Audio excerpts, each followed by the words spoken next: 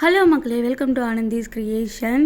எப்படி தான் நம்ம அம்மாங்களாம் சின்ன வயசில் நமக்கு சாப்பாடும் செஞ்சு நமக்கு தலை பின்னி விட்டு எல்லா வேலையும் பார்த்தாங்கன்னு தெரில. மார்னிங் நான் பிரேக்ஃபாஸ்ட்டுக்கு சப்பாத்தி, லஞ்சுக்கு ஒயிட் ரைஸு கிரேவின்னு பிளான் பண்ணியிருந்தேன். பட் என்னால் பண்ண முடியல, கொஞ்சம் லேட்டாக எழுந்திரிச்சிட்டேன். தண்ணி வேற வந்துருச்சு. அதனால் அவருக்கு நான் ரெண்டுக்குமே ஒயிட் ரைஸே கொடுத்து விட்டுட்டேன். நான் எனக்கு மட்டும் கொஞ்சோண்டு தக்காளி சாப்பாடு பண்ணிக்கிட்டேன். காலையில் நானும் சாப்பிட்டுட்டு அம்மா வீட்டுக்கு கிளம்பிட்டேன். போன வீக் ஃபுல்லாக நான் அம்மா வீட்டில் தான் இருந்தேன். பட் எப்போ அம்மா வீட்டுக்கு வரனால நான் ரொம்ப ஹாப்பியாகிடுவேன். இப்போ நான் இருக்க இடத்துலேருந்து அம்மா வீட்டுக்கு வர ஒரு 7 ரூபீஸ் சார்ஜ் தான் ஆகும். அப்படியே அம்மா வீட்டுக்கு வர சந்தோஷத்தில் பறந்து ஓடி வர்ற மாதிரி கிளம்பி வேகமாக வந்துட்டேன்.